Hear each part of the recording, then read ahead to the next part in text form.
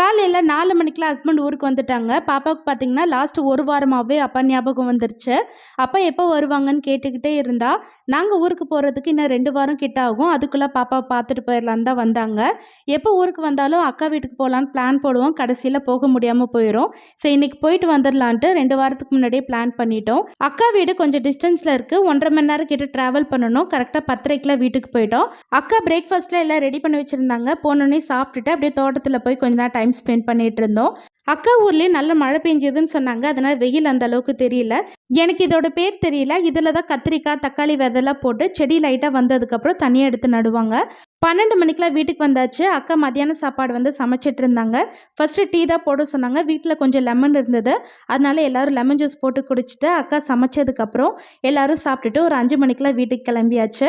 வீட்டுக்கு வர வர நல்ல மழை பெஞ்சிட்டு இருந்தது. இன்னைக்கு நாள் ரொம்ப சூப்பராக போச்சு. இன்னொரு வீடியோவில் பார்க்கலாம்.